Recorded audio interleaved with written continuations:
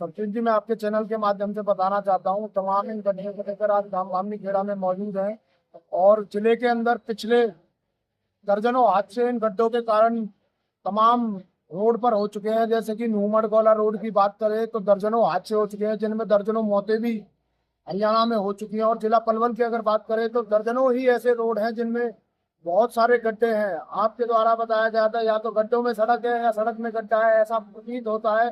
तो गड्ढे में ही सारी सड़क चली हुई है। दर्जनों मौत होने के बाद सरकार ने सुनाई करी और 1 साल बाद उस रोड को बनवा दिया। क्या मैं सरकार से ये पूछना चाहता हूँ, क्या सरकार बामनी खेड़ाओं के युवाओं को और भी जो इस गांव से जुड़े हुए लोग हैं, जुड़े हुए गांव है, उन युवाओं की क्या बली मांग रही है? उसके बाद प्रशासन इस पर खबर लेगा, इसकी मरम्मत कराएगा। सरकार बात करती है विकास की, बड़े बड़े वादे करती है, सबका साथ सबका विकास। मैं बताना चाहता हूँ, क्या डबल इंजन की सरकार हरियाणा में होने के बावजूद क्या बच्चों को रिपेयर कराने के लिए चंद पैसे सरकार के पास नहीं है? क्या युवाओं की बड़ी भेंट मांग रही है सरकार? या नव युवाओं की, बुजुर्गों की और बच्चे जो है स्कूल में आते हैं, राजकीय माध्यमिक विद्यालय में जो बच्चे आते हैं, या उनकी बली सरकार मांग रही है? तब जाकर प्रशासन एक राह खोलेगा। जिस तरीके से नुमड़ गौला रोड पर दर्जनों हादसे होने के बाद, दर्जनों मौतें होने के बाद सरकार ने अपनी आंखें खोली और उस रोड को बनाया गया। क्या बामनी खेड़ा में भी सरकार यही चाहती है? ऐसी अनदेखी सरकार के लिए बिल्कुल ठीक नहीं है, मौजूदा ग्रामीणों के लिए बिल्कुल ठीक नहीं है। और मैं आसपास के एरिया के लोगों से, ग्रामीणों से भी बुलंद आवाज में कहना चाहता हूँ, या तो अपने हकों की आवाज उठाइए या फिर इसी तरीके से अपने बच्चों को सरकार के हाथों बलि चढ़वाइए। क्योंकि जिस तरीके से यहाँ पर गड्ढे हैं, उस तरीके से यहाँ पर कोई भी हादसा होता है उसका जिम्मेवार स्वयं खुद होगा। कोई सरकार उसका फॉलो अप नहीं लेती है, कोई सरकार उसको कवरेज नहीं देती है, कोई सरकार उसको क्लेम नहीं देती है। तो भैया अपने हकों की आवाज उठाइए, अपने गांव के लिए अपनी आवाज बुलंद कीजिए, प्रशासनिक अधिकारियों तक अपनी आवाज पहुंचाइए। ये जो प्रशासन अधिकारी और जो संबंधित विभाग है वो सभी काम करने के लिए तैयार बैठे हैं, लेकिन कमी लोगों की ये रह जाती है कि वहां तक उनकी आवाज पहुंचाई नहीं जाती। तो मैं दोबारा सभी ग्रामीणों से, अच्छा, एक तरफ सरकारी बीटा बूथ है, एक तरफ सरकारी बीटा बूथ है, एक तरफ अभी 4 करोड़ 70 लाख की लागत से बिल्डिंग बनाई है और गंदगी का ढेर है, तमाम बच्चे आते हैं, मुख्य गेट है, क्या कहीं तो काफी ग्राम बामनी खेड़ा में 4 करोड़ 70 लाख की लागत से भव्य बिल्डिंग का निर्माण किया गया है। शानदार आलीशान बिल्डिंग है, बच्चों के भविष्य के लिए बहुत अच्छा मौका है। लेकिन अगर हम साथ के साथ देखते हैं, उसी सरकारी विद्यालय के गेट पर इतनी गंदगी का जमावड़ा है, बच्चा स्कूल में घुसने से पहले ही बीमार हो जाएगा।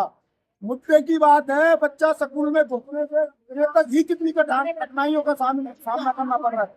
क्या करेगी 4 करोड़ 70 लाख की बिल्डिंग, जब बच्चों के लिए करने के लिए रोड नहीं है, रास्ता नहीं है, उनके लिए उचित व्यवस्था नहीं है, उनके लिए उचित साफ सफाई का ध्यान नहीं रखा गया, तो कोई काम की नहीं है। 4 करोड़ 70 लाख की बिल्डिंग, बच्चों के भविष्य के साथ खिलवाड़ किया जा रहा है। विकास के नाम पर सरकार दिखाती कुछ और है, करती कुछ और है, ग्राउंड लेवल पर कुछ होता है। आप देख सकते हैं एक एक फुट के गड्ढे तमाम बामनी खेड़ा NH-19 हाईवे पर है। आप देख सकते हैं दर्जनों गांवों को जोड़ने वाला ये रोड है।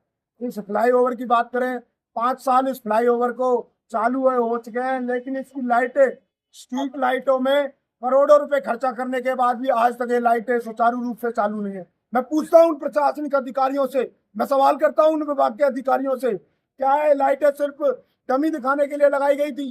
क्या ये लाइटों को सिर्फ पब्लिक को ये दिखाने के लिए लगाया गया था कि यहाँ पर लाइटें लगी हैं? क्या इनको जगमग नहीं करना चाहिए? क्या बिजली विभाग के पास इतना समय नहीं है कि इन लाइटों को देख सके कि इनमें क्या कमी है? मैं बताना चाहता हूँ, जिला पलवल के DC के माध्यम से गांव के लोगों ने एक अपील उठाई थी, इन लाइटों को चालू कराया जाए। लोग DC के पास गए, वहां पर उनको एप्लीकेशन दी, उनको ज्ञापन दिया। DC के प्रेशर से एक दिन के लिए सिर्फ बामनी खेड़ा में पिछले 6 साल में एक दिन के लिए स्ट्रीट लाइटें फ्लाईओवर के ऊपर जलाई गई थी। उसके बाद से आज तक भी ये स्ट्रीट लाइटें जलाई नहीं गई है। मैं दोबारा पूछना चाहता हूँ, ये स्ट्रीट लाइटें अगर आपने लगाई है भैया, तो इनको जलवाओ या फिर इनको हटवा लो।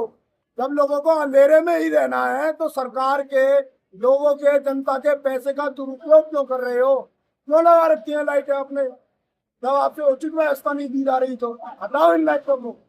मैं अपने गांव के तमाम मौजूदा लोगों से भी कहना चाहता हूँ, या तो अपने गांव की आवाज को बुलंद कीजिए, वरना हमारा गांव जिले के अंदर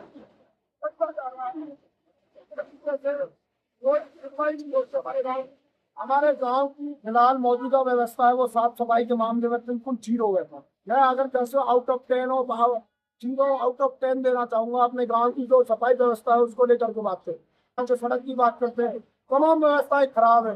मौजूदा जो जिला पंचायत, ग्राम पंचायत जो यहाँ पर काम कर रही है, इसकी ओर से भी 10-20% एफर्ट लगाए जाते हैं, लेकिन उससे ज्यादा कुछ नहीं होता है। आप देख सकते हैं ग्राउंड लेवल पे 4 घंटे लोगों की जिंदगी के साथ खिलवाड़ किया जा रहा है।